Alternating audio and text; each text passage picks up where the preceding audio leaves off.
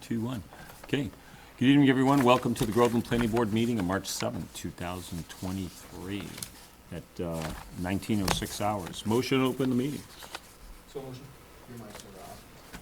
So motioned. Second. Second. All in favor, signify by saying aye. Aye. Aye. Show the vote unanimous. Meeting's open. Okay, first up on the agenda tonight, we have a public hearing on 833 Salem Street. I believe this is a continued hearing. So was the legal notice read into the record last week? Yes, it was. Okay, so that's all set on that. So we need a motion to open the continued hearing for 833 Salem Street. Anyone? I'll make a motion to reopen the public hearing at 833 Salem Street. Okay. Second? Second. All in favor? Aye. Aye. Okay, show the vote unanimous, show the continued public hearing open on 833 Salem Street. And just for the record, who's here?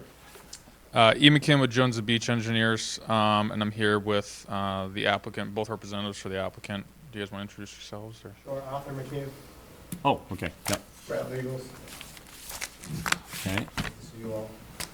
right, and that's here for the project here. And then who's joining us here? Pete? Good evening, Peter Elson with TEC, we're the civil engineer for the peer reviewer for the planning board. Hey, Pete? Pete. All right, so how about we go with the mini review? I understand the board got a review on the last one, the continued hearing, so if you could do the mini review, and then I'd like to talk about the items with TEC here that have come up, and then in particular, looks like one waiver, did I see that?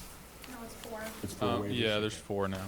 Okay, all So- right, so go ahead. and- Right, so this is our first time before you. You guys have probably seen some of the documents, so I'll go over very briefly from 10,000 feet what the proposal is. So we're proposing a new self-storage facility at 833 Salem Street. This project backs up to and is adjacent to an existing facility on Nelson Street. That's lot 32A. The 833 Salem Street is lot 34. So the existing lot is about 5.1 acres. It's important to note that 1.71, so just over 1.7 acres, is going to be in a conservation restriction, and we're working through the final stages of that. That's been approved, but it's got to work through the final documentation with the state and the town level. So we're developing the rest, but we lost decent amount of land there via the conservation restriction. But what you see here is a total of just shy of 62,500 square feet of usable square footage. That's broken up between, we've numbered the buildings to make it a little easier to reference them. Building 1 is what you see from the 833 Salem frontage. That's the image that Brad walked around. It is single-story at the view at the front, from the frontage. It becomes a 2-story structure though because of the drop in the grade here. So there's 2 slightly different floor elevations there, but it is 2 stories at its highest point, which would be on this east side. Buildings 2 and 3 are the same size. They're what you would consider your typical drive-up units, paved aprons between them. Building number 4 is kind of keyed into this back slope here. That's, what you might call a contractor unit. They're larger, maybe slightly taller garage doors. They might be used by a contractor, HVAC plumber. We did go to the zoning board and obtain an approval for this use. We are in the industrial district, and part of that we kind of talked about some hour restrictions. So there are some hour restrictions on the property with some exceptions for just these contractor units, understanding that some of these businesses are 24/7.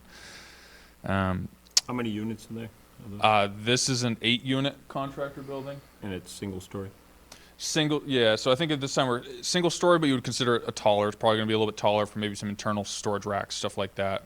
Maybe a 10-foot overhead door or something like that. We do provide parking on the site.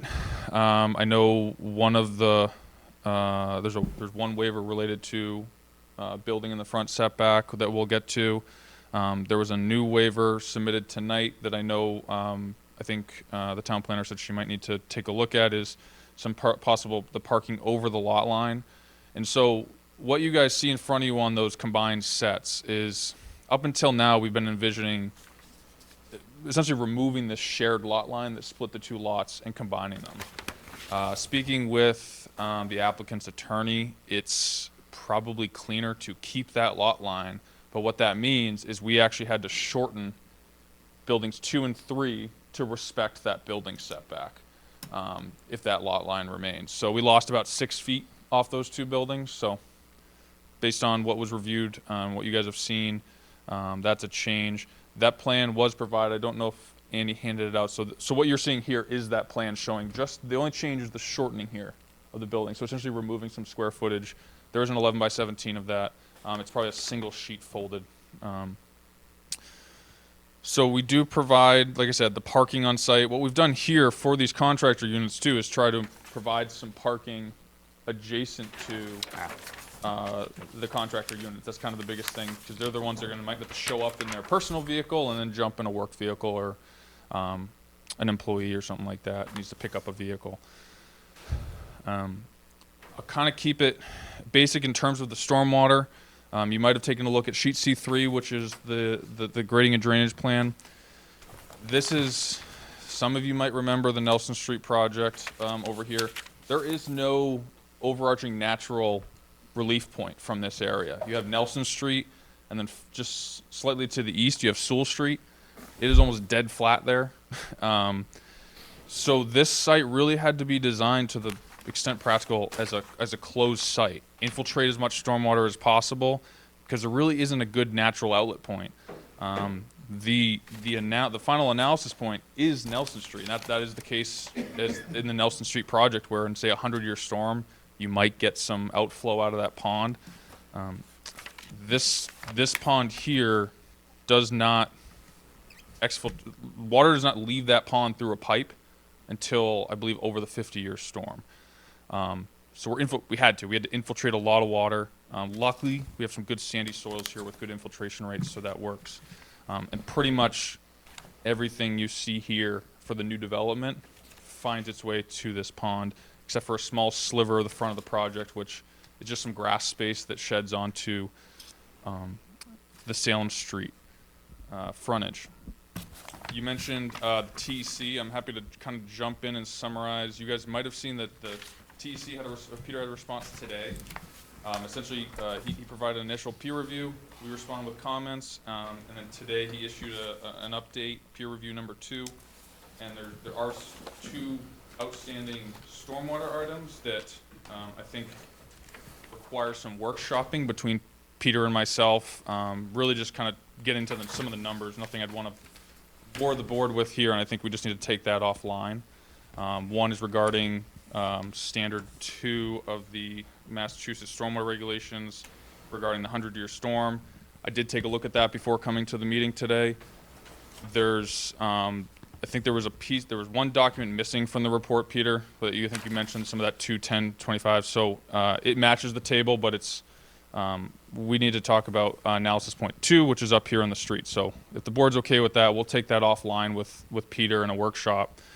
And then the second one was regarding the 44% pretreatment requirement for rapid infiltrating soils, which we do trigger because we have good infiltration soils with a design infiltration rate of over 8 inches per hour. So we do have, I'll stay on the site plan just so it's a little bit easier to see.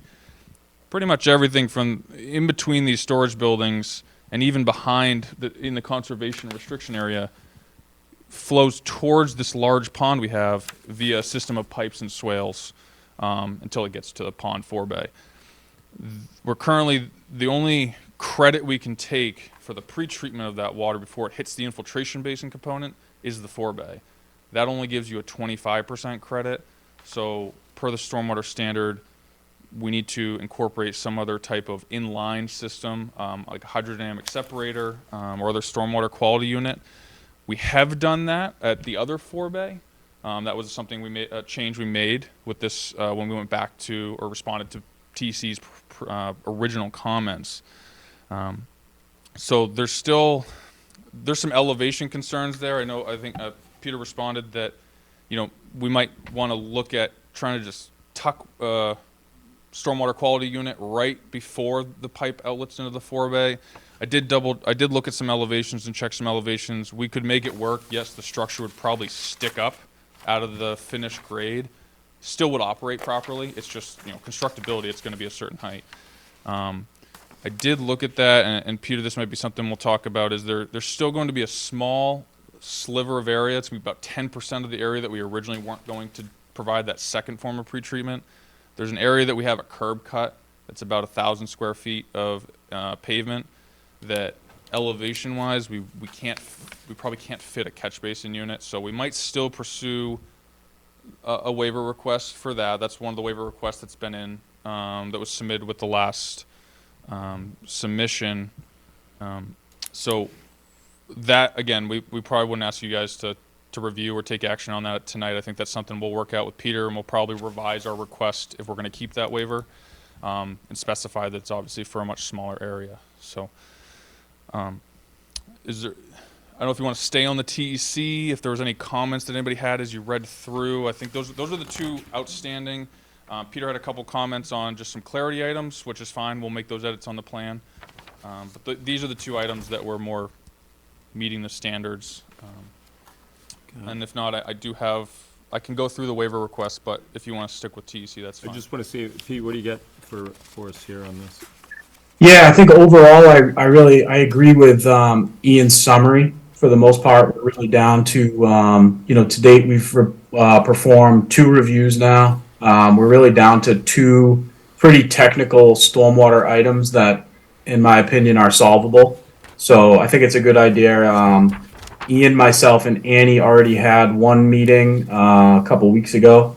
And I think if we do that again, it's something that we can get fixed. And overall, my takeaway is that the site plans are in pretty good shape. So with that being said, I guess I would turn it back over to you, Chairman Sorensen. So, and thank you. So we have the TEC report. We got a couple things. What's your estimated time to complete these things and then tune up the waiver request? Because we don't want to vote on waivers that if you don't know where to go with that. But yeah, so one of them, so there's currently 4 waiver requests. One regarding standard 4, which is the 44%. I tried to number them to make it a little bit easier to refer to them. yeah, So that's waiver request number 1 on the document. Waiver request number 2 is regarding the parking in the front setback. That's one that, in terms of moving things forward, if the board's comfortable, I'd be interested in discussing if you're willing to take action on that one, just because it affects the site layout, which ultimately affects the stormwater. So that's more of a site plan related waiver. Waiver request number 3 is a requirement for, it's a standard non-residential use that renders the property more than 50% impervious. Infiltration basins shall be preceded by oil and grease. This is, again, a stormwater one. I think Peter did provide some feedback in his latest review and kind of deferred to the board to talk about that. And I do have a summary here, so we can dive into more detail on this.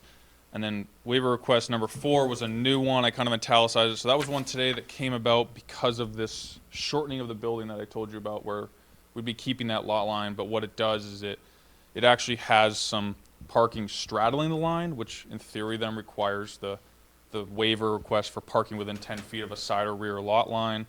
And this kind of goes to, there will be some cross easements between these 2 parcels. That's fairly simple to do, and we can work on draft documents for that. So I'd say waiver request number 1, we need to talk further with Peter about that. We might recraft that language to specify maybe a smaller area. Number 2, I'd be interested in if the board wanted to discuss that one tonight, just because that can help us lock in the site design. Number 3 is kind of the same thing. It's a stormwater related, but it doesn't affect the 2 outstanding items for TEC. And then number 4, again, more of a site plan related item, but I think Annie made reference that she might want to do a little bit of research on that one before the board takes action. So okay. that's kind of where we're at for waiver requests. So really, the only thing you're looking at is 2 and 3 at the moment. Really, the other 2 got to be Correct. get worked down the line. What's the harm if we nail all these at the same time? Is that? As in waiting to do so? Yeah, just to see. Did we lose Pete or no? I think he just turns his camera off. On and that. I'm still here. I'm just having a little trouble with the audio, so I turned my camera off to see if that would improve it. Okay. The waiver request 2 in 3, do you have any input on that since, looks like I guess, well, this just got submitted today, but Revised today. Yeah. revised. Do you have any input on that, Pete? Okay, I'm looking at those waiver requests now. Have to do with the parking. Have you submitted anything to zoning on this either, or have they had any No, input so on that? our understanding is that it Falls under us. it's with under that, you yeah. guys. You guys are the whatever the term is. You have the authority. Special permit granting authority. Yes, because a lot of your site plan regulations do Yeah, live in the zoning ordinance, but it falls on you. And we kind of went through this with the Nelson Street project as well. So I'm happy to discuss number 2 and 3. I mean, I gave you guys the summary. The gist of it is, Yeah, why don't you go ahead and go into that and yeah. he So can give his input. Good. the reason we showed the parking in the front setback, there's a couple reasons. Number one, there's an existing home here. You guys, if you've driven by the site, there's an existing home about 6 feet off the right of way. So it's pretty much right on the road. So that house will be coming down, obviously, as part of this project. In its place, we're proposing the parking lot where it would be right-of-way limits, grass landscape strip with some street trees, a pavement, which would be a 24-foot drive aisle, and the parking is on the, away from the road, up against the building and the sidewalk. So you end up with the parking spaces being about 34 feet back from the Right-of-way? right-of-way limits. Yeah. With a 50-foot front setback is what the standards in the zone. Again, we'll be doing some street trees through here. We're not going to go crazy with the street trees or landscaping because obviously we don't want that tunnel effect and we want some visibility into the site for security reasons as well, and good visibility for the business. And then lastly, it's the site drop. So it's the grading differential. So from an existing perspective, the existing elevation at the road is about 10 to 12 feet higher than the tie-in point at the Nelson Street property where we have some access drives, because this will be operated as one project. And that was kind of the biggest challenge, was making that site grading work. That drop did help us make a 2-story structure fit. And then we have essentially this drive lane here just serves as a way to get down one level to the lower elevation. So because we have a point here where we're dropping in grade, upwards of 6 to 7%, nothing crazy, but to try and propose parking along this or shift this, parking a car on 6 to 7% probably wouldn't be the safest thing. You'd have definitely some door dings. So we kind of looked at this and said, well, the office is going to be on the front side. It makes the most sense to have the parking. There will be an access point into this. This will be a climate-controlled closed, the 2-story structure. So there is an access point because this whole L is 1 story. The lower level is just a smaller rectangle just to reduce on basement and concrete. So it was really again, trying to maximize, make the stormwater work on the site. Again, closed system, need as much area for the pond as possible. And I think it's going to look nice, to be honest, with the street trees. You've seen a rendering of the building. There will be some building fronted landscaping. So it was more so, we're going from about a house that sits about 6 feet off the lot line, and we're trying to pull back, add some streetscaping, and really make the site work with the area that we have. Like I said, we lost about 1.7 acres that we can't touch on the 5.1. So I think we've done a good job of balancing the site. So the waiver request is for the parking in the front. The Is that what- location of the parking Parking. within the front 50-foot setback. Okay. All right. And waiver 3? Waiver 3, so this is a requirement that any non-residential uses that render a property more than 50% impervious, any infiltration basin for that project must be preceded by an oil, grease, and sediment trap. So that oil, grease, and sediment trap is oftentimes deemed an offline unit. Doesn't oftentimes count as a catch basin with a grease hood, which we always propose catch basins with grease hoods, even though this isn't going to be a high pollutant site, low traffic, and also in the aquifer zone, so there's restrictions on what can be kept in these storage units. That was something that was discussed at the zoning board and also with the previous Nelson Street project. We're going to be proposing grease hoods in all the catch basins, and they receive runoff from this pavement that doesn't have that oil and grease runoff. We're providing 4 bays. We have a lot of grass, so it's more so it's a low impact use, and I mean, these can be decent sized units that we'd have to have offline units. So it's more so we're providing multiple pre-treatment. We've added in the stormwater quality units. So we have a stormwater quality unit and a 4-bay. Like I said, we're looking at that second one for the other 4-bay. We'll talk about that with Peter just to make sure we're on the same page there as to where it goes.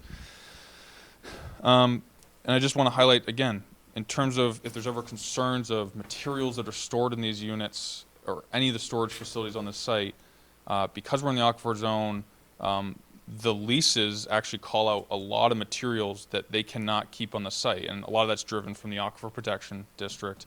But also, I don't think we don't want any nasty stuff in these units. So it's clearly spelled out that people are not allowed to store. They can't just be storing paint that they didn't want in their basement. They can't just bring that here. So Yeah, we had to do that with, I think Estes was that project down there where certain things were being stored, and we had to go in and do something with that, and then the language came later. right, and So- so like, and I think I mean, in terms of an example, you already have the existing rental leases for the Nelson Street. I assume you're not going to really, the language is going to be carried forward. So Are there any inspections that you guys do down there? Oh, I'm there when people are in and out. in the See units, what the doors are open. It's all household goods. Yeah, yeah. on there. But do you ever put in the language that, you know, It's in the subject language, no to spot pesticides, inspection? No hazmat, no oils, no containers, no 55 gallon drums. Yeah, I mean, Spelled out in the lease. spot inspection, if you ever suspected or anything like that? Yeah. Is that in there? All right. And Pete, what do you think about this? On these 2 waivers? Yeah, I think they have some pretty good explanations for the first waiver. Technically, I think the way they're pitching it is this is going to be an improvement over existing condition because the existing house is 6 feet off the right of way, and now Yeah, what they're proposing is a smaller lot that will be 10 feet away. yeah, So if they can supplement that with some street trees to kind of create proper screening, I think there's sound reasoning there. And then for waiver request number 3, the more I read this, I'm not actually sure they even need a waiver request for this. Through my stormwater review, I am holding them to the highest standard possible for the pre-treatment of the water before it gets to the infiltration basin. So I think after our workshop meeting, they will probably be achieving like 80 to 90% TSS oil and grease removal Yep. before that water ever gets to the basin. So I'm fine with holding. I off think on that. I think Maybe- both are probably justified based off the discussion that we just had. I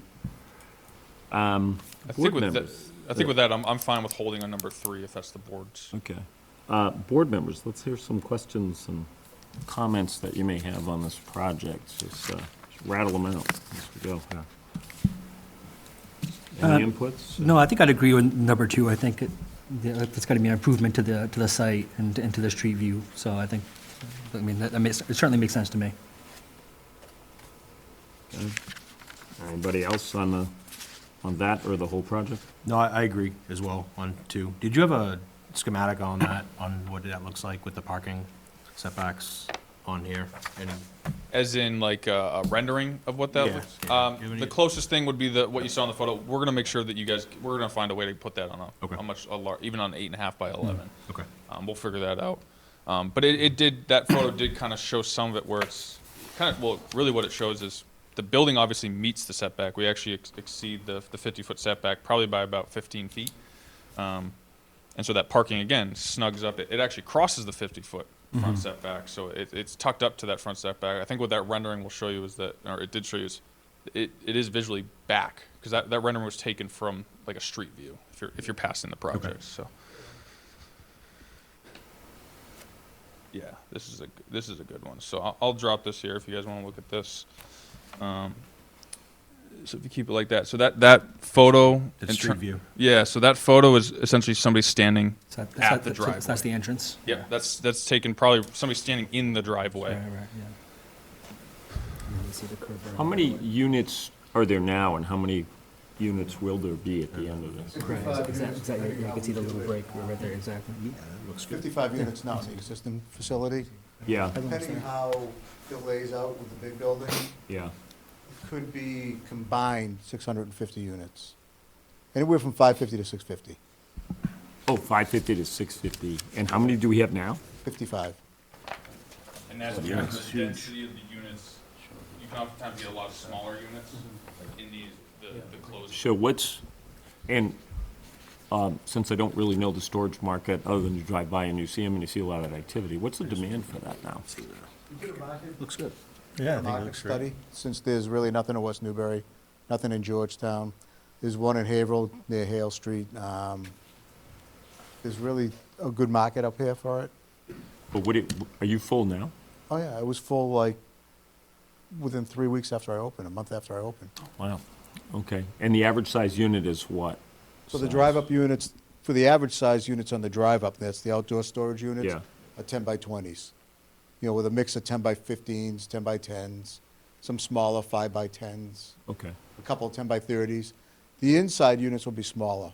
There'll be some 5 by 5s, 5 by 10s, all right, so 10 by little, 10s, 10 by 20s. some That'll little be- stuff for the average person that wants to may keep need it. furs in there, or, it could be a bad word now. Because it's Or climate control artwork, or, you know, high-end Paperwork, if furniture. there's- Okay. On that, all right. Fellow board, what was Anyone that? else want to see this? And then on number 3, you have no objection to waiting and reviewing with Pete, so hopefully maybe you can even nip that in the bud. Yeah, I think, we kind of put it in there. I think it was a comment from I know- I Pete don't on know the if you know the first property, but I know. peer review. And again, I agree, if you kind of look at it, it's, we're already kind of meeting those Massachusetts standards. Right. And because we do have rapid infiltrating soils, we do have to meet the 44% versus the 25%. I think, I agree with him that it probably doesn't apply in this case. Again, it's in the code, but if we can kind of make an interpretation and agree that, via the stormwater design, we're already meeting that. Yeah. I'm not opposed to keeping it in there, just to dot our i's and cross our t's if the board wants to keep it in there and do it. But I do agree that it might not be Yeah. needed, in that sense. Right, that's because they own the both properties and Pete, do you have any other concerns? No, really just down to those last couple of technical stormwater concerns that me and Ian will meet on soon. And once we wrap those up, I would say feeling pretty good about it and would just lean on the board to make a final determination. might be, we can just say that it looks favorable, but we don't have to do an official vote. Excellent, thank you. Unless they really need that. I will also add that we did our due diligence and talked to the tax people, and we probably think this is gonna be like a $52,000, bonus for the town. No impact to the school infrastructure. You- So it's a big win from a 4,800 tax base right now that they're getting from the house.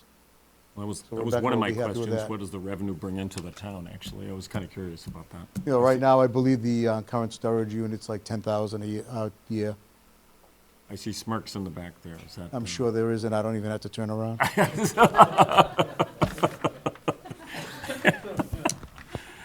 Right.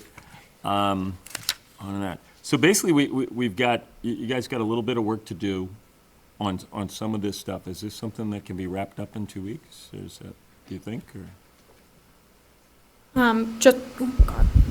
Just from my perspective, a couple things that I want to take a closer look at is the cross easement between the two lots, since they're planning on Probably need the keeping them language on that, separate. yeah. Sorry? Probably need the language on that. Yeah, I would really want to see the draft language on that, just so it can be incorporated within the site plan approval, because I can already imagine someone 20 years from now is going to be like, what the heck is going on there? And they'll need it, the two entities will need it anyway to close financing, stuff like that, too. Yeah. Yeah. I also talked to John Christopher, and John Christopher alluded to the fact that this is something that you could see, in any other town pretty quickly. I'm not saying that it's No, not he said uncommon. that Ian would probably work on the the draft of easement, where the attorney will do the conveyance, and at some time, it'll be registered at the sale registry. Yeah, this is, something like that is generally something that would be incorporated within the site plan memorandum of decision. Okay? That's all. And I would just need to look into that language a bit more. And then the only other thing, with talking about setbacks and the parking and whatnot, if we could maybe get some photos of sightlines from pulling in and out of the street. Photos of, Just like the sightlines, like I know that at Baldini and Daniels shop up the street, that was something that the planning board was concerned about, pulling in and out and being able to see the sightlines. yeah, I believe the sightline's a lot We- A lot You want to easier see a than- site distance plan? Yeah. Yeah. Sure. Got anything else? on that?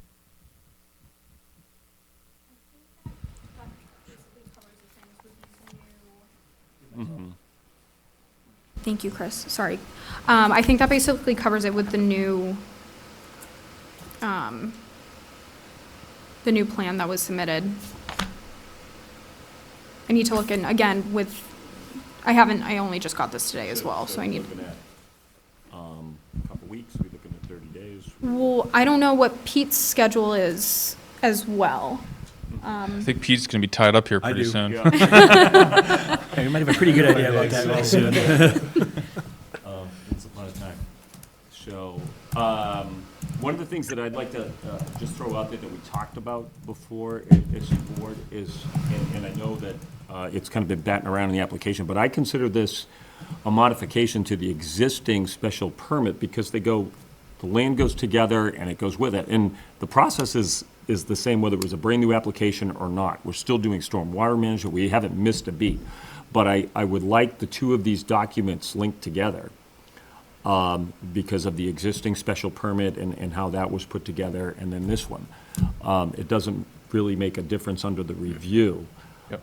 It was just a title change on the Yes. actual application. So there was, that was something I didn't mention. We did file a special use permit with the original. Yeah. And I think if we were combining the lots, I would agree. I guess I'd be hesitant to, because we are proposing to keep the lots separate, can you modify an existing special permit to incorporate a new lot? Two different lots, okay. So Or do- that's a change then, okay. Yes, I Disregard do that. agree. Like if it was a combination, it could be an expansion, again, meeting all those requirements. Yeah, I thought if that you're- it was until you just said it Right, so tonight. that's kind of a recent change because of, what we described today, that Okay. if you're comfortable with it, we'll just keep it as a special Just permit keep for it the as new it lot. is. They're essentially gonna be an identical, each lot will carry its own special permit for the same thing. Okay, then we'll just put into language can on the all- decision, either way to link them together. I that's can all. reference Yeah. the existing. That's it. Yeah. Okay, I'm glad you pointed that out, but yeah, under the Yeah. same property, it would make total sense to Yep. do the mod, so, okay, thanks, that clears that up.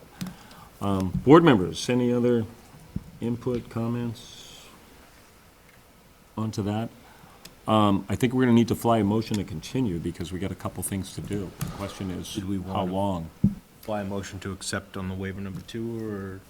Well, that was a question that we had. I'd like to keep all the waivers to the same vote. I think we can, it looks like that it's gonna be favorable action on 2. 3 is probably gonna disappear from what Peter So said, so what you, you're saying, what you're asking is wait till yeah, we wait. get all the decisions and then we vote on all 4 in one night as opposed to just doing. Well, it might only be tonight. 3.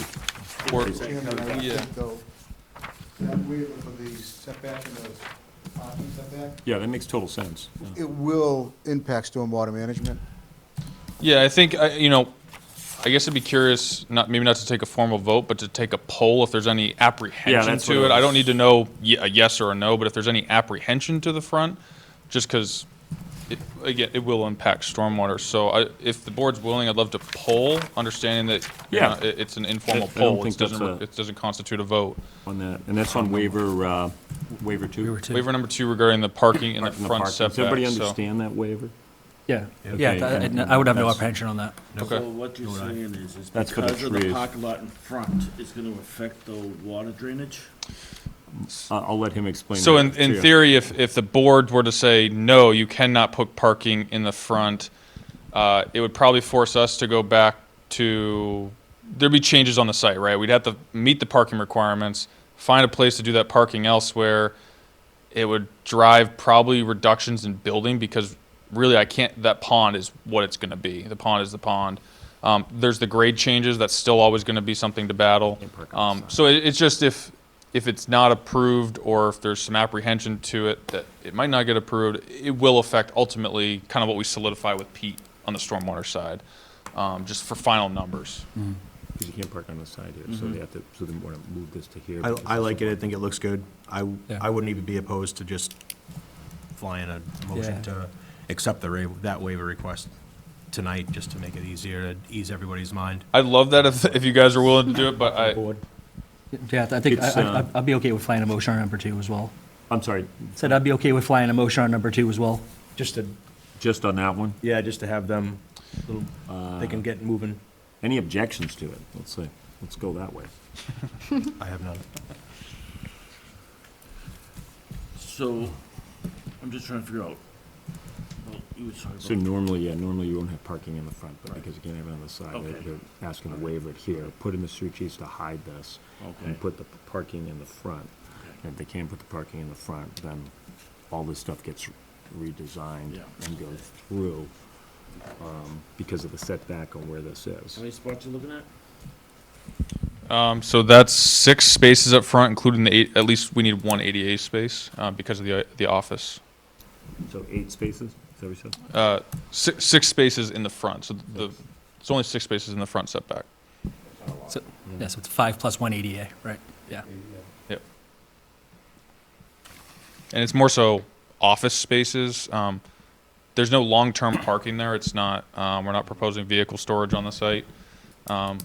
So that's if somebody's showing up to go in the office, get a unit. Most of these, like any of the drive-up, they're driving to the unit.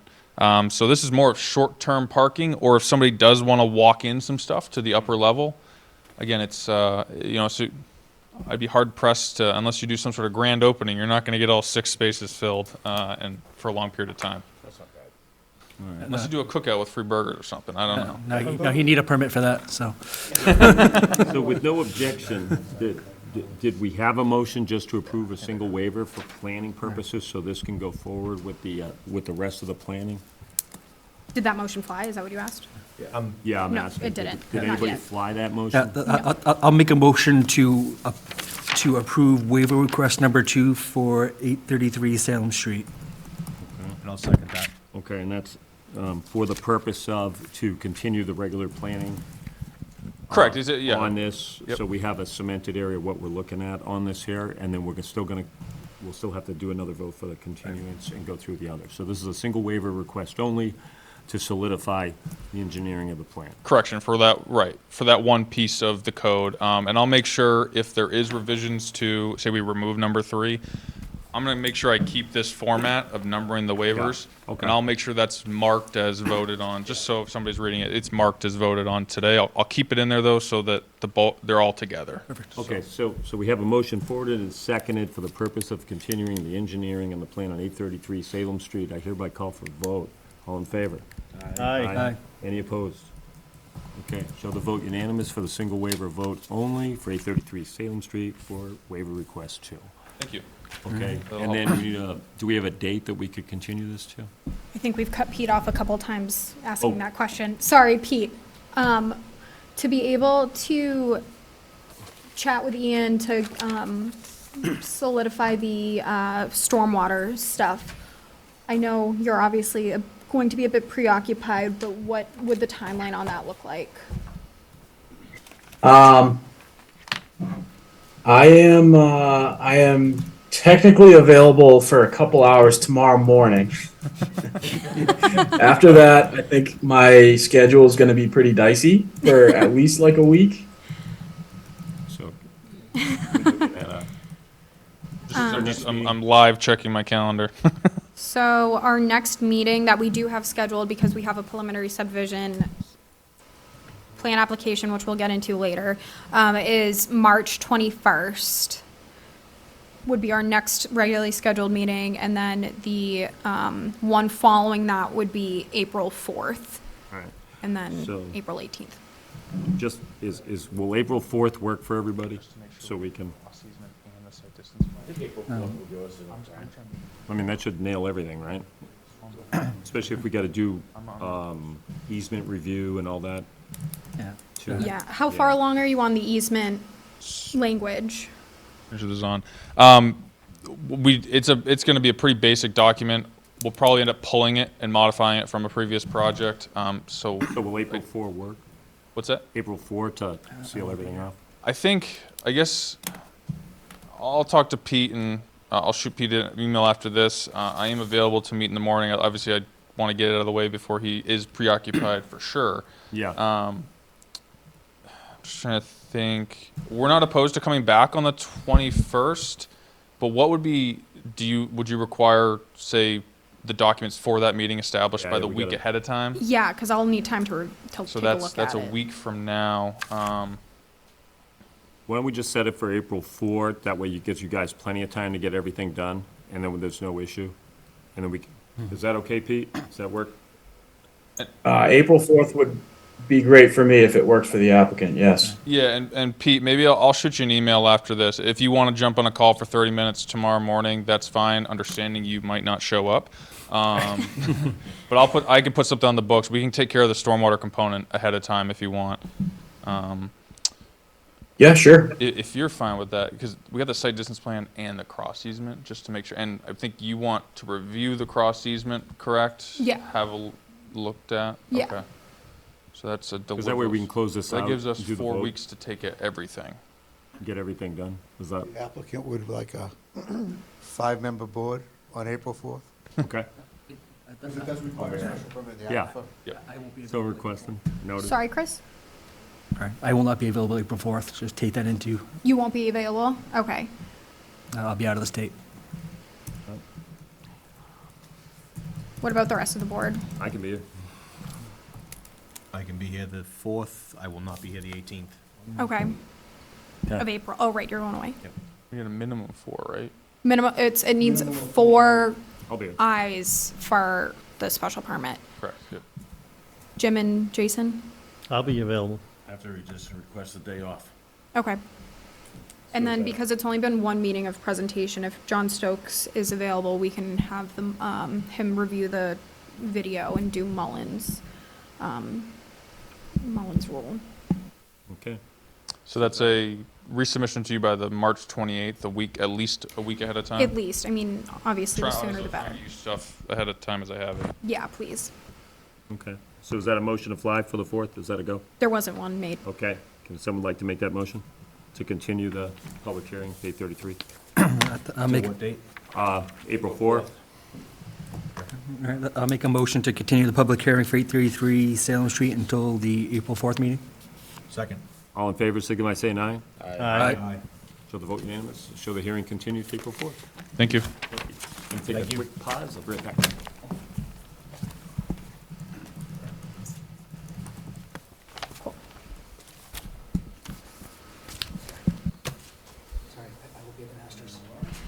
Thank you, Pete. Sorry.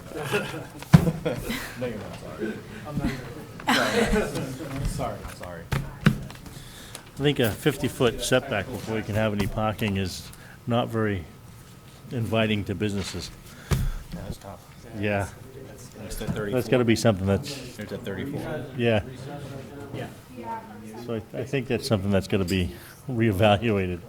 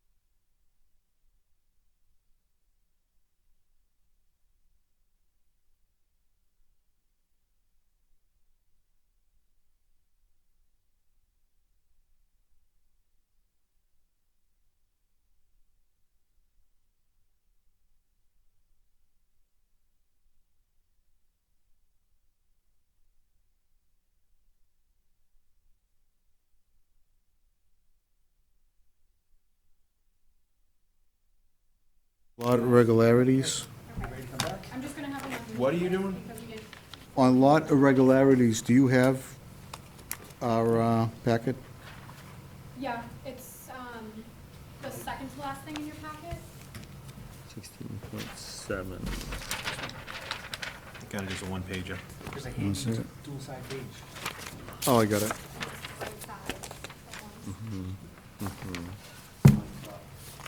Okay, thank you. If we wanna start with the, Floor.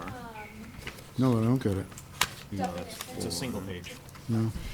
Sorry. If we want to start with the definitions and move on to lot regularity when Sam can join it. Oh, there he is. Okay. Forgot what I said. Annie, I don't have one. I think it's, Yeah. Yeah. That's it. That's okay. Thanks, Mom. Because it looks like the agenda. How the heck, I don't know. Yay. Thank All you. right. we're trying to be next up- consistent with letterhead.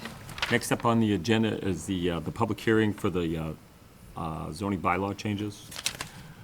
And it's pursuant to New Mass General Law 48, Section 5, to consider amendments and additions to the zoning bylaw as follows. Sam, I notice you're here. You want to open up and speak on this as to what, just give us an overview of this, and then we'll get into the particulars? I do not. Was that? Might be better suited to give us a rundown as to Sure. we want to tackle first. Some of them seem pretty easy, some not so much. Your mic off. Yeah. List all that beautiful,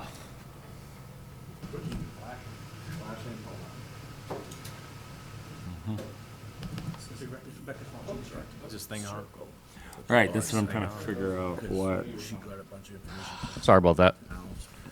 So Annie probably would be better suited to Yeah. just do the rundown, and I can hopefully help comment. Sure, so I'll start, oh my God, I really don't like that. I'll start with the easier stuff. I'm having serious technical difficulties, so I don't have this in front of me right now, but, do you mind, Wally, if I quickly? No. Thank you, sorry. My computer is not cooperating with me. So, oh wait, no, can I have this one? Thank you. So I'm gonna start with the easy stuff, just because it's easy and I think, pretty straightforward. So, starting with the second one, the street line definition, the original definition we had was just a little unclear.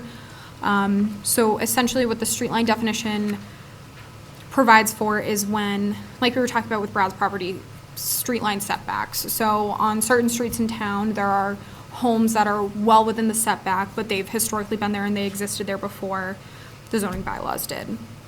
So this definition provides clarity for newer homes or rebuilt homes that are in neighborhoods that have houses within setbacks. So if you read it,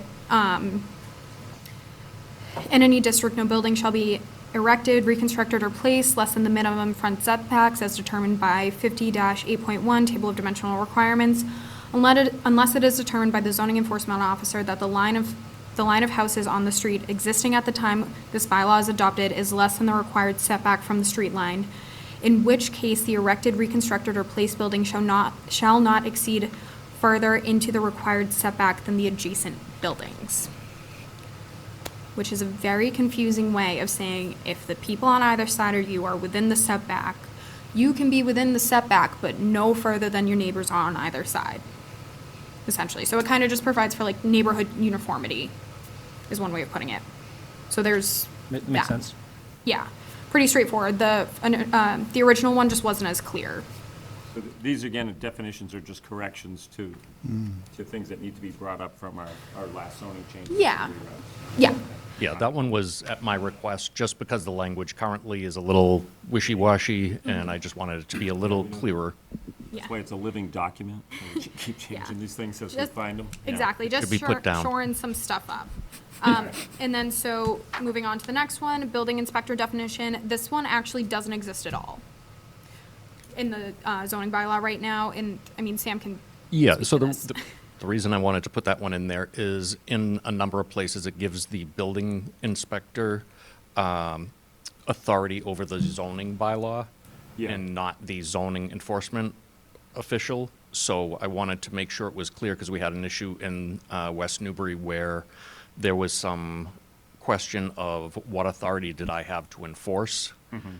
And this just clears it up. That basically links the position of building inspector to zoning enforcement officer, that they're one entity. So whether it refers to one or the other, it's the same thing. Yeah, it That's was all. always Yeah, it's ended that way, it always was that way, standard in most towns, but right now, is that way? you could, gotta I be guess you could protected. fight it. I mean, that's what the bottom line is. You have to be protected.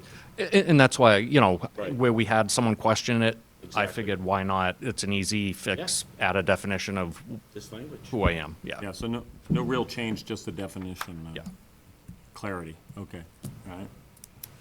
And then on the opposite side, farm non-exempt definition, this also did not exist within our definitions area, but it did exist in our table of uses. So, a question came up with Sam and I about what is the difference between an exempt farm per MGL 40A3 and what is a non-exempt farm? Because again, we have that in our table of uses, but we don't. 61A protection, or? Yeah, so this helps clarify the ones that get the exemption, the farms that actually don't, and then your backyard hobby farm that, So our intent is not to exclude, when we put in there a non-exempt farm and you can't have it in certain locations, our intent there isn't to allow people to have a couple chickens in their yard. But the way it reads right now, it kind of looks like that because they don't meet the exemption under 61A, or 40A, 61A, which A? 48, and then 40 there's protection. 48, 61A, yeah. and- So where backyard chickens are becoming kind of a more popular thing with the price of eggs, we've had more questions or concerns over should that, and people were starting to look at it and say, is that a non-exempt farm? Yeah. And no, it's not a farm at all. It's just someone with pet chickens. Right. So we wanted to clarify where it's in our table, exempt farm, non-exempt farm, that if you are functioning as a farm and are a business and operate as a farm, you can be non-exempt and not meet the requirements of those exemptions under zoning. But the guy with 2 chickens and a goat is not a farm. So, or if I'm growing tomatoes, I'm not a farm. That's not exempt. So it's just kind of that. You get neighbors nitpicking and looking at these things, and they read the definitions, and when there's no definition, sometimes it leads you to believe that that's what we're talking about. It's not what we're talking about. So this is gonna help the residents that wish to have a few chickens. and- Yeah. I mean, our intent in the bylaw, I don't think, was ever to not allow people to have pet, whatever. If you want a potbelly pig or a little, whatever. It's really to regulate farms under 40A, whether they meet the exemption or not. Okay. So this is, again, just more clarification and definition that So we. this is to help the residents, to protect them if they wanna have a couple of chickens, and also to put into the big commercial farms where they're supposed to be. You got it. Okay, so no change for that. So that's good for the residents then, so we don't have to do that, okay? Yep. All right. So, and then moving on back to the front, to the more meatier, I guess, zoning change. So, just to kind of remind the board, the way this came up, it was with the Form A for 166 Main Street. It had that rat tail at the end of the lot. And the board expressed that it was ugly. And it was something that was allowed though through our, lot regularity circle, because it did provide for that within, the lot regularity circle worked. So, both Sam and I did a lot of research. I heard from dozens of towns throughout the Commonwealth about what they did to address this issue, and shout out to the town of Middleton. They provided me with an amazing document because they had also been doing this research a few years ago, and what you see in front of you is what 32 other communities throughout the state do.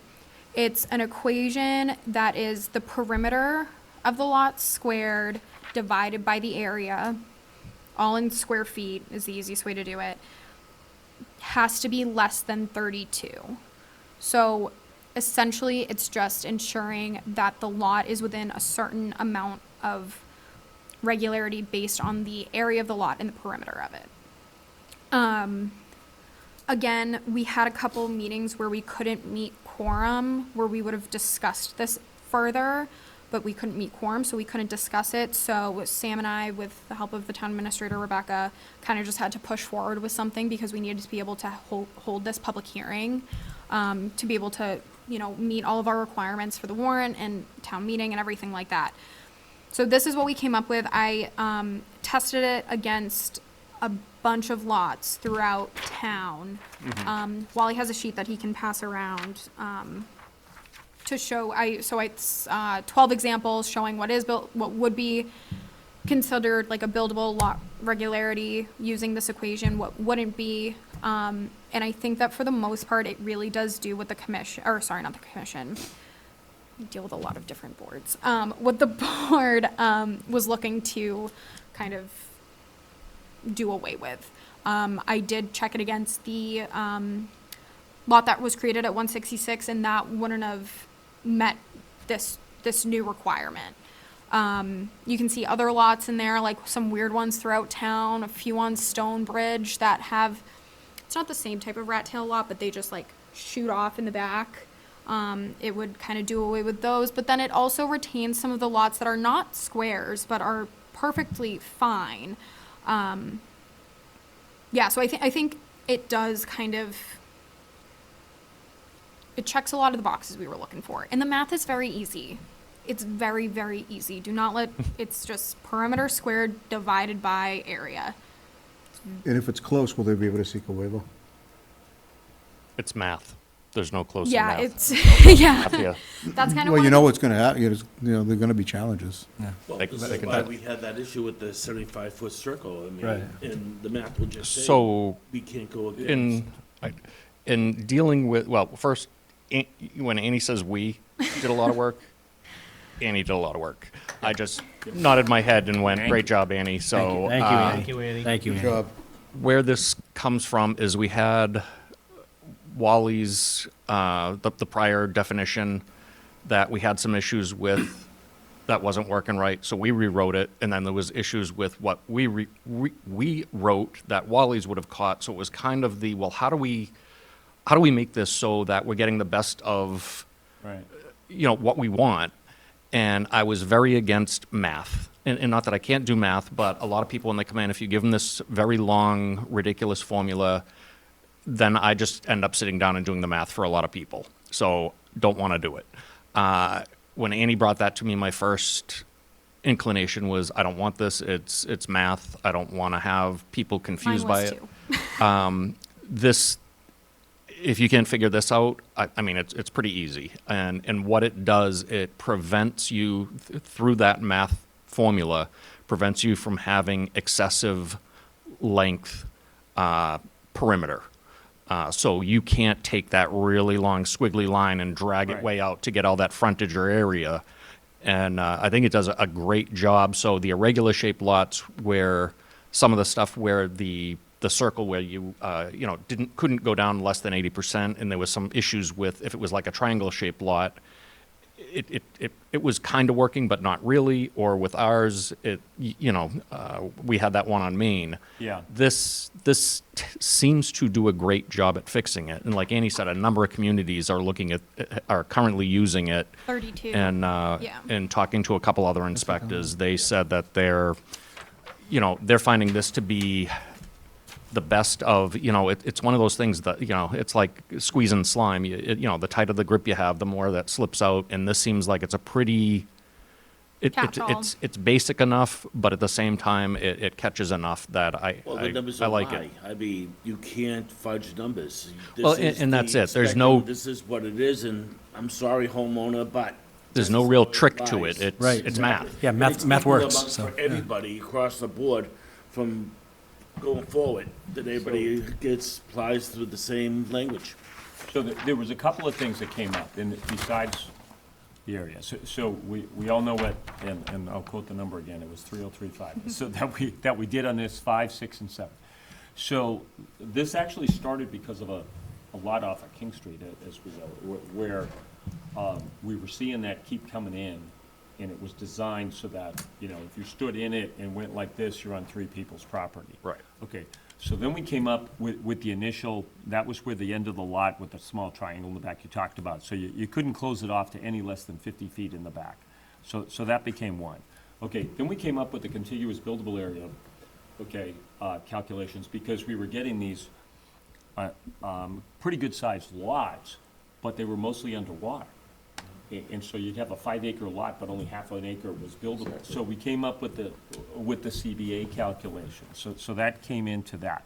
Then we came up with the 100-foot diameter circle, solely, that had to be within the CBA, and it had to be outside the setbacks. And this is where we ran into a problem, because that particular definition was removed, I think, by accident.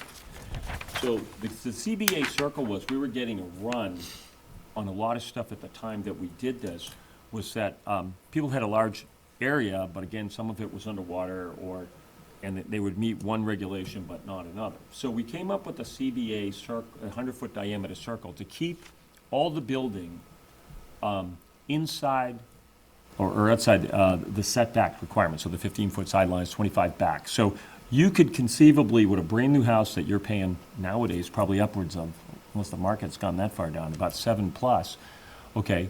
And we put that circle in there in the CBA calculation that you can build anything in there. You want to build your house, you want to build a swimming pool, everything would fit, as long as you showed the CBA calculation in the 100-foot diameter circle. You didn't need to go see you for a variance for a setback.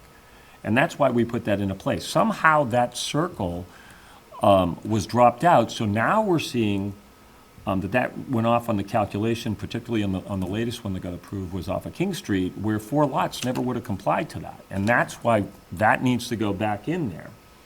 The rat tail was part of the Nantucket case, that's a very historic case in the A&R handbook that came through and then resurfaced, you know, some years, decades later on Main Street. So when you do this calculation, we still need to have the other tools in the toolbox. This is one for actual lot, but we still need that CBA circle that's in there. And then what we did was the 80% rule, 80% of the frontage requirement, which kind of took care of some of that, as you said. Mm-hmm. So if this calculation, the only one that I see that this takes out would be the 80% of the frontage requirement, to where you couldn't narrow the lot down to less than 120 feet. And that's why we used that come into play. And I think that was the one that got kind of rewritten. So there were purposes and intents for these as they popped up.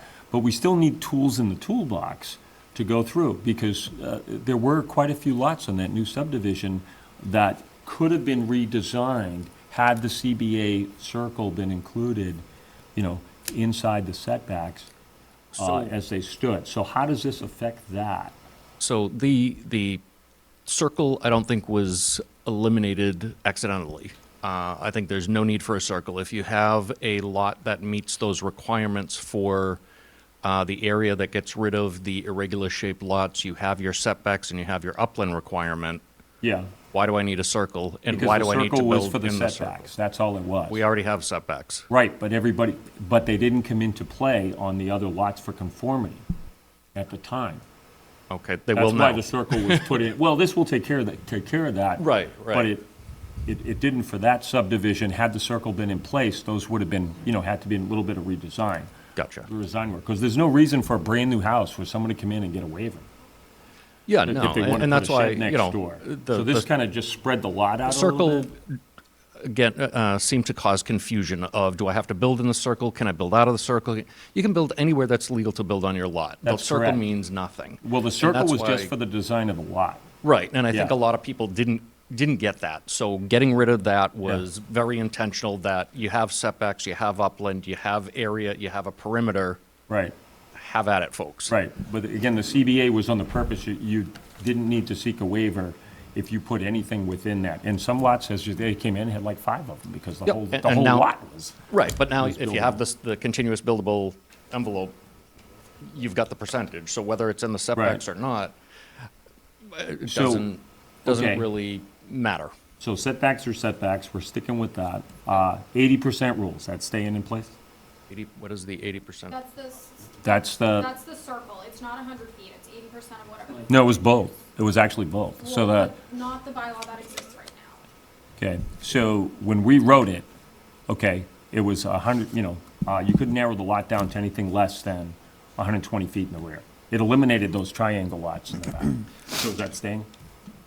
The 80 foot? 80% rule. Sorry, 80%? Yeah. No. So- This- So this formula replaces all existing Building circle. calculations, right? So now the only calculation will be this simple mathematic equation. Yeah, so you have that mathematic equation to say, Yeah. okay, is the lot, at first, at face value, buildable? Yep. Do I have enough But conti- what's size? Right. Right, Kind of. size, and it doesn't exceed the, the perimeter value, whatever it is. You have a continuous buildable area, you have your frontage, you have your setbacks. Right. If you can meet it, have at it. And that way, we're not screwing with a circle of, is it in, is it out, is it 80%, is it 100, is it, it's. At the end of the day, math is math, and It really makes it pretty simple that you. So you- what Wait, that can we have an shows? example? Yeah, that's what I mean. It shows, Give me an these are example. showing existing lots, what would or wouldn't, but it doesn't show us on a clean sheet of paper. What are they I gonna look know. like coming in? How do we apply the math to any of these lots? Simple math. What do you mean, how do you? What do you mean how? It's on there. Take the area, Right, but Yeah. again, okay, so we've got a 7-lot subdivision coming in. Yep. How is that gonna apply to that? And what are those lots gonna look like in diameter? So if we got 150-foot frontage, okay, what's the back of that lot gonna look like? any shape that they want, as long as they don't exceed the perimeter value. So what you're saying is the math is giving you. So that can go the down to math a is- point. So basically, Sure. this is my property, that's my math, and anything I wanna do within that square is mine. Yeah, and Or what this if does, you're because, saying by the math is the perimeters. So this is my perimeter. I got my property, I buy it, this is my perimeter, if I do the math, whatever happens in here is all within guidelines and. as long as you're building on the, you have the required upland, you have the required frontage, Right, but the point so is- yeah, so one of the reasons we were concerned is some of the odd-shaped lots, whether it's the rat tail thing, whether it's coming to a point, is people carving off chunks of property and Right. going, I'm gonna just abandon that because it has no value to me anymore. And then we end up owning it. Right. This prevents that from happening, because if you just can't do it. You have to create a lot that is, doesn't have those features. That's a good And- enough shape. Because we're not gonna Yeah, get, it with needs the to be land usable. remaining in town, we're not gonna get rectangles, we're not gonna get squares. It's just not, We just want to take, Feasible. our intention was to take out the confrontation out of that lot, like Yeah. 166 Main Street, whatever it is, 160. This would have killed 166 Main. absolutely. 166 was going to be a confrontational lot because of the way the rat tail came down on somebody else's property. The guy's going to come out saying, I'm just smoking a butt on my 20 feet of property. Right. That was going to be a problem. So Yep. our intention was to take out the confrontation. So this, But this, the 80% rule also would have taken that lot out. It would No, have. And it didn't. It would have, because it can't narrow down that much. If you have 150-foot frontage, then you cannot, anywhere in that lot, narrow that thing down to less than 120 but feet wide. the problem with that, Wally, is if I get a 10-acre lot that's a triangle, do I cut off the back triangle? You Or is could- it not no, developable? No, the last part of the bill, if you have more than the required lot, I mean, when a plan comes in, and this, we see it all the time. People go, well, I got way more than I have, but that's why we used to see the plans with 5 CBA circles on them, coming Right, into but the play. problem is, that's not They what didn't the know where to language put it. said. It would say that you can't narrow the lot more than 80%, so we have lots in town where they've cut the Within, tip of wait a the minute, triangle. okay, wait a minute, the language then was on that with 80% of the required zoning of the area. If you're a one-lot zone, a 1-acre zone, well, then that's your 1-acre piece on 10 acres. Wherever your building is going in there. I agree with your large, Yeah, that but wouldn't come into play. We'll scale it down. I got an acre and a quarter, and it's a triangle. So at that Yeah, but point, you still meet the requirement then, except in the back. And we've seen lots like that. Right. But we've This also seen eliminates lots, 30,000 square feet, that one that we talked about, okay, that is in total violation of the spirit and intent of zoning, and it was deliberate to get a narrow parcel, and, 166 unfortunately was the other one. And had our regulation not come out of there that I wrote with this board, 25 or 25 years ago on that, okay, that lot wouldn't have prevented it, but we. No, but we also would have Balls and other strikes lots as that we get would have them. had problems too, so, you Yeah, know. yeah, no, And it's that's why the- we said, you know, both of the bylaws had merit. Yeah. The problem was, there was ways to play games with it. That's correct. With this, And that's why the there intent was also isn't. written with the bylaw when we did it in the 90s to go through. But I think, I would like to take a second look at this, because what we don't have with this, with the sketch is, we have existing lots, but we don't have, okay, I want to see a 7-lot subdivision. So you want me to work backwards essentially with the equation Yeah. to make up a subdivision, and if Right. it was perfect, that's what you want to see? Yeah, and then let's see what the old regs did to it and what the difference is. You know, like one plan with 3035, the CBA and the 80% rule, I and one thought with this one the board here. had discussed not moving backwards, though. Yeah, well, we so- did discuss, you weren't here, we did discuss not moving backwards. My question is, 208 Seven Star Road, which parcel are we talking about? Sorry, I'm gonna have The to one look with into the red, that. I believe, is not buildable. No, that is, but which, Let me see. It's this highlighted one. This weird, like, shark tooth one is not buildable. okay, that's what I figured. So so you sketching this out, or do we have, can we have TEC sketch this thing out? We need a sketch, because we've got to present it at town meeting too. We've got to show 'em what this is. So, Andy, of out of the other 32 towns in the Commonwealth that use this equation, did any say that they had issues with challenges to the equation? So I Not don't see, that- so I don't see any reason why we're trying to build in challenges. Well, and to build a subdivision backwards, or to reverse engineer it, I don't know exactly how Right. you'd do that to make, you know, I mean, I can draw a bunch of square lots and have it comply. Right. Right, that's what I'm talking about. Right, Because we're going to but- sell this thing at town meeting, where they're going to come up and we need something on the board, and whether we employ TEC to do this with this calculation, but. shows. Right, exactly. I mean, pass, what wouldn't, if we use this. Yeah, but those are on existing lots. no, right, but. That's more reality than Right. Exactly. I mean, we can take a blank piece of paper and draw 7 lots Right, that or will something confer that- and 7 lots that won't conform. I mean, reverse engineering is not Yeah, really I going to mean, prove I anything. can make that look nicer and make it more digestible for someone to look at if that's what we're concerned Yeah, about. because, you know, some of these are coming in off, 22 Center Street to me would be a challenge lot. Is the one I just, No, another one, sorry, I don't remember what any of these. yeah, we got to, flip it over, left-hand side. Yeah. 22 Center, you're saying that, To me, that would look like would be a buildable lot. Yeah. I'm just, but again, this these are the is what Wally challenges that are was gonna come in saying, as a that he builder. doesn't want it to narrow Well, like again, I that. mean, and that's what, Brad, that's But why I asked the within the question eight- too, that so if what the is other the zone Commonwealth, for towns this in the one, Commonwealth that are 22 using Center it Street? aren't What's the seeing zone these here? challenges. This RB, RC, RA? Those don't exist anymore. It's our So- two so- See the there, I rat think. tail mess? Okay. Right. Then I see the little, So, the so on the 28 acre Congreve, and I zone, see that. if you have more I than see an a acre, 22 then you're only, actually see the only like a building 22 area center. is the acre. I don't care what the rest of that is, doesn't look okay? like But you have to bad comply with lot. that. But when you start coming in with 30,000 square foot lots, okay, then we start getting issues. And so we have and the best way to do that is take a parcel, that we have one coming in right now, okay? And I can run somebody sketch that out and see what it looks like. I can run the equation against the subdivision that's coming in, but keep in mind that the subdivision coming in will abide by the current bylaws. It Okay, will so let's not. take one that we just approved on recently, King Street? the one on King Street. Let's take a look at that and see what that looks like. Because if it meets the intent, that's fine, but we also have to explain this at town meeting, okay?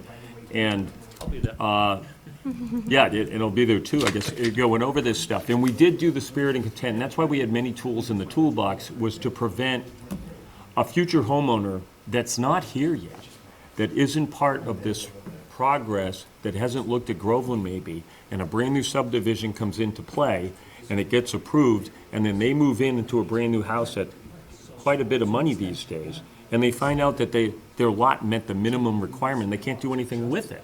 And that's what we were having before. We were having, issues with the design of lot to maximize the subdivision, but not allow the homeowner, well, I'm sorry, you can't put a pool in there because your lot narrows down to 5 feet wide all the way to the back 30 and became useless property. Is that between the real It's- estate agent and? Well, then it comes back to buyer, us, or is it- because we're on a, well, I'm not saying an existing home, I'm saying that a brand-new home that we're going through and people are moving in at 700, 800,000 plus, okay, and they have a useless lot, that's why some of these came into play. Yeah, so But this by new, map, it isn't a useless lot because it's given us this perimeter that. Well, that's what we're trying to see, yeah, that's yeah, exactly what we yeah, need to so see. this should prevent that from happening. Your upland in your area and what you have Right. should prevent you from having any type of, And then the setbacks will still be the setbacks, and everything else will come into play. So it'd be So- interesting to see if we can run that one off that lot, and see if if the intent and the end result is the same as it was if these other regulations were in place. Well, then we have a winner here, and we can,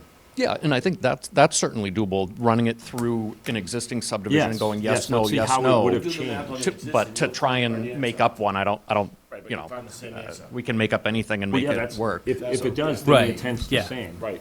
On his, and again, this is a trial, we'll give it a, you know, So- if it looks good, and then we'll. So if we run Atwood and Billis, They want 106 King. Yeah. oh, okay, Because cool. that, Well, that seemed to be the latest one besides 166, which was an obvious. Yeah, no, and I mean, I think that's easy enough. It's, you know, probably take, what, 15, 20 minutes to run the area Yeah. and perimeter calcs. Not even, it'll Yeah. take 10, it's so Might be a easy. little bit longer. So my point, right, would be, I get it and I like it. Stop The- there. The occasional, like, I see 22 Center Street, and you can take a look. How many acres is that? It's barely any. It's a very small lot. Okay. That's what I mean, I think it's because it's so small, the picture doesn't. Oh, it's this. It's like right across, wait, Yeah, and that's, 22 Center Street. 180, was it 189, 118? And, you know, with most of our lots that are odd shaped like that are already developed. Right.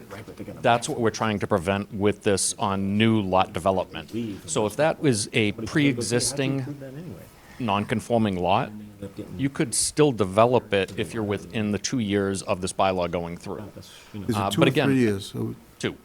But even with that, I don't think there's a lot of those lots out there, Okay. quite frankly. It's larger parcels that are going to be subdivided, which then gives us the controls, or small parcels that will either meet the bylaw or are already not buildable. So, and my point again, just so you know, through my eyes, would be, I get it for the subdivision control. I like it, but you got that, you know, you've had somebody who had a lot in the family for years, and house burnt down or something happened to the house, and now they get the money to do something with it, and now they're out. On that one, you know what I mean, on that one lot. It's gonna happen. I guarantee it. Yeah, but how do you exempt that? I mean, you know, I if don't it's know. got a house on it and it burns, you got 2 years. If the zoning change, you got 2 years. you ask for an extension? If you, The only way you're gonna get an extension, I think, is if you get a permit. I was and going to keep say, extending the not that I, permit. not mean, that I'm that's the aware only- of. Okay. Without, you know, yeah, not that I'm aware of that you can ask for an extension. That's, you You, know. you have to keep renewing the permit. I don't know how long the permits are, you know, when you, Yeah, and again, I don't see too many lots into, I mean, if you've got land that's developable, for the most part, you've developed it. Unless it's a large parcel, it's farmland, it's something Right, along right, those well, lines. well, that's what we're talking about now, we're getting Right. a brand-new subdivision, I wanna see what No, that he looks said no. like, so. Yeah, And it's to ugly. see how it's gonna, because there's a couple that, you know, could have been done a little bit differently. Let's get this passed before they submit their Yeah, application. well, Too late. and like you Well, we're said, gonna there come are back no, on this for you the know, hearing. DJ asked the question, there are no waivers for back and this. start looking Yeah, at so this for an before the existing board lot, if goes for something did approval happen on it, to the because we don't know existing what it home looks like. there. Oh, and it goes was for to burn approval it and on it now what? it doesn't On just this, meet this last requirements, calculation, I they think the couldn't apply definitions for are a pretty waiver easy. to have that, to. The definitions, home there okay, and is the then same- Rebecca, They fight with the insurance company for 2.5, 3 years. Well, there are stays on those types of things. So, yeah, if you're in court, that 2 years is on hold. You know, Okay. you can't control what you can't control. But if you just sit on your hands and, you know, you're fat, What dumb, about and insurance happy companies? and wait That- for it to, you know, 5 years down the line, you just go, yeah, now I'm ready. Well, Well, you this is missed how your boat. typically how that happens, if you have a fire and the insurance company doesn't pay, or you have a death of a family member, and now you have all this other stuff going on, and maybe they don't file a lawsuit to do something like that, but they're still kind of working it out.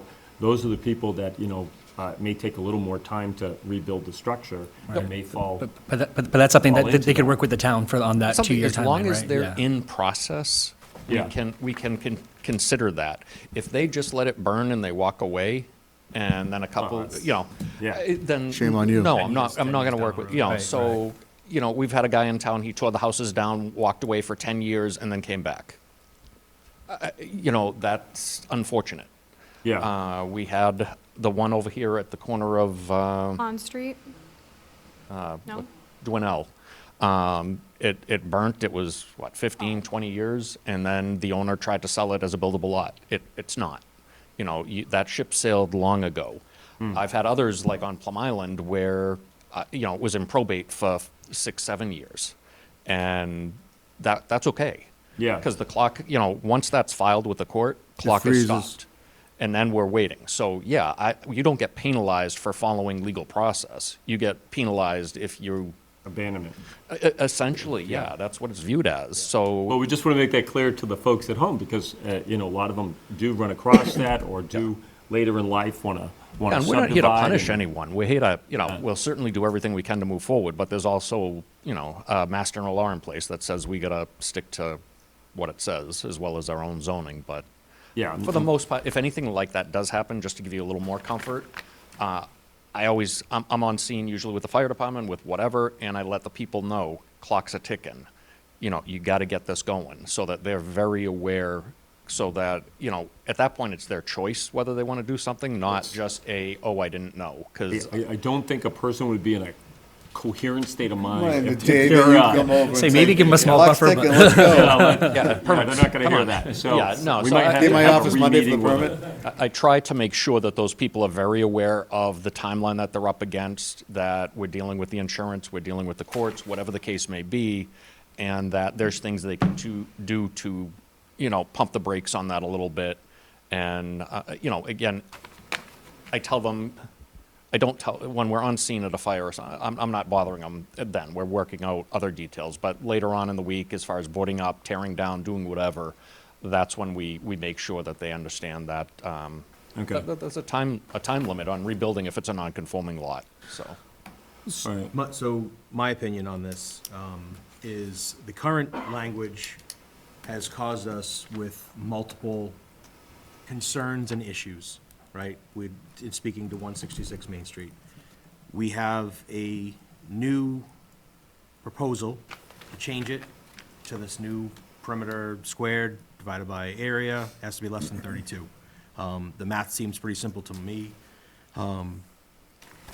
I am in agreement with floating this new lot regularity to fix the current issue that we have with the current zoning laws. So that's just, I just want to throw that out there. That's my opinion on it.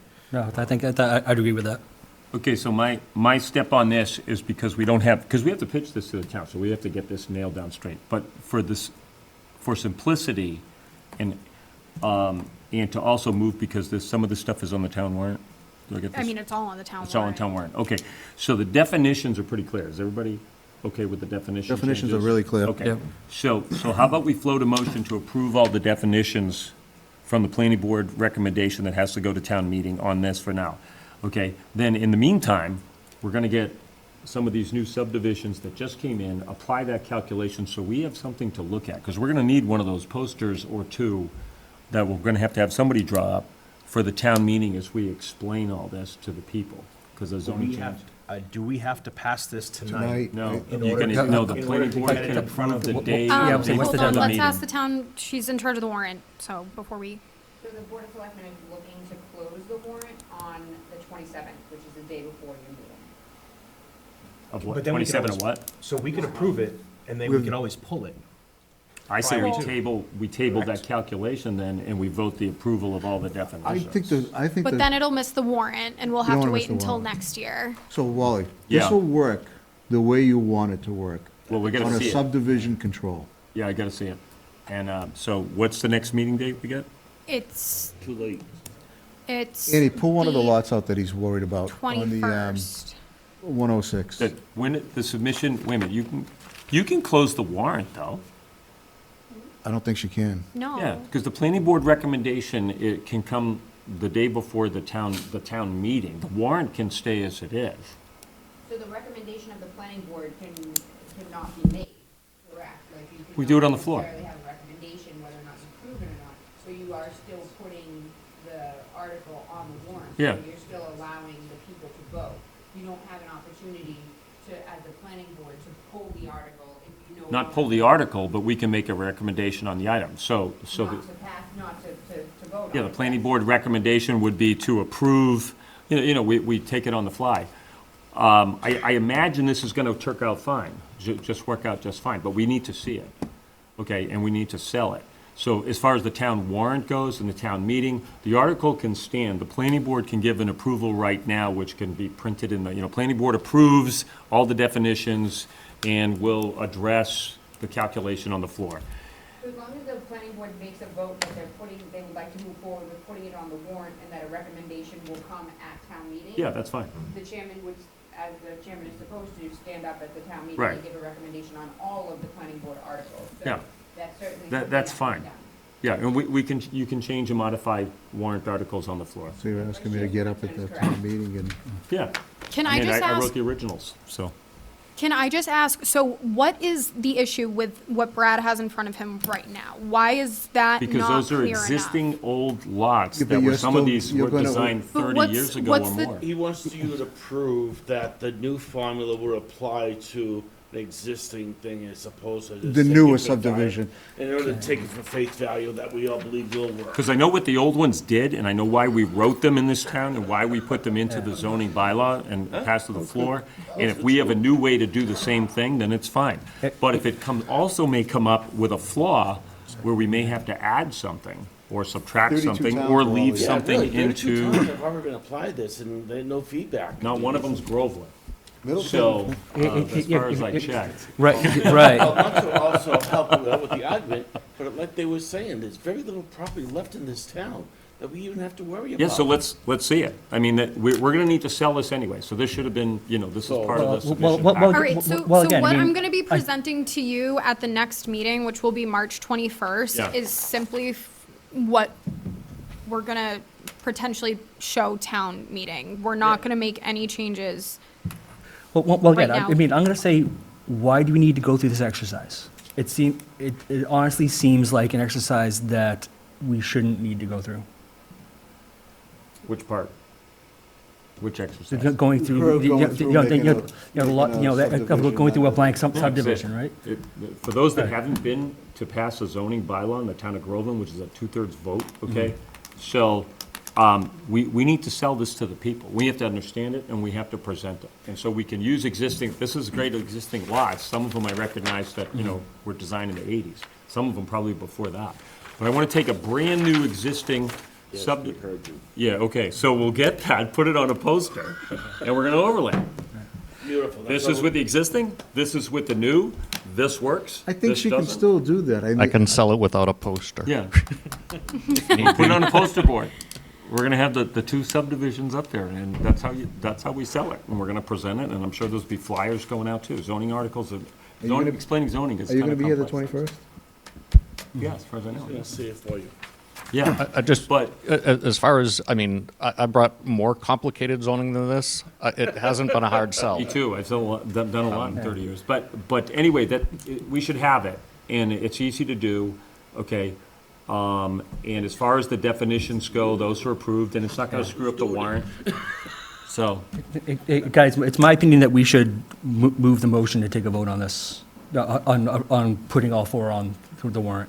I agree. what, the definitions? Yeah. No, All four, and including all lot four, and regularity. the lot sizes. We need to get the lot regularity approved Well, I tonight so think we that it are, can be on the warrant. we're in agreement it's gonna be a warrant, and if we have to change it, we're doing it on the floor. Correct. Correct. I believe that, yeah, so I don't Then have we'll a do it, problem with then we'll that. vote it in. So I'll make that in the So form of voted a in as motion. approval with the exception of the one item that it may change or may not change on the floor. So- Planning I don't board think it's will That give doesn't need to be recommendation. within the motion, though. Right, so I will make a motion to approve the three definitions and the lot regularity as written. Second. What he said. What about Okay. the fly on the floor? And final planning board vote to appear on the floor. stand up, as he's required to do, and give a recommendation for each Right. and every article on the floor. Yeah. So if there is in fact a change, the chairman can say the planning board voted on X date to amend the article and make a motion on the floor to do so.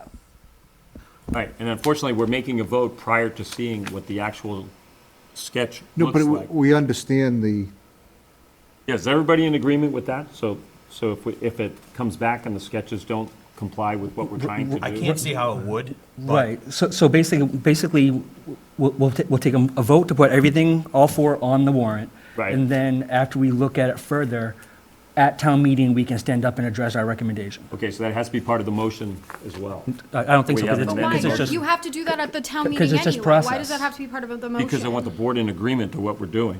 I personally think we should just adopt the new thing, let the chips slide. We have to explain it We just. with drawings. No, I understand that. I just don't I mean, the board is gonna have to vote to make their recommendations. And I'm gonna have to If make we wanna hold the- off Right. on making those recommendations until we see this visual, we can vote to make those recommendations at the next meeting, and Brad can stand up at town meeting and say that the board voted on March 21st to recommend, maybe change, whatever.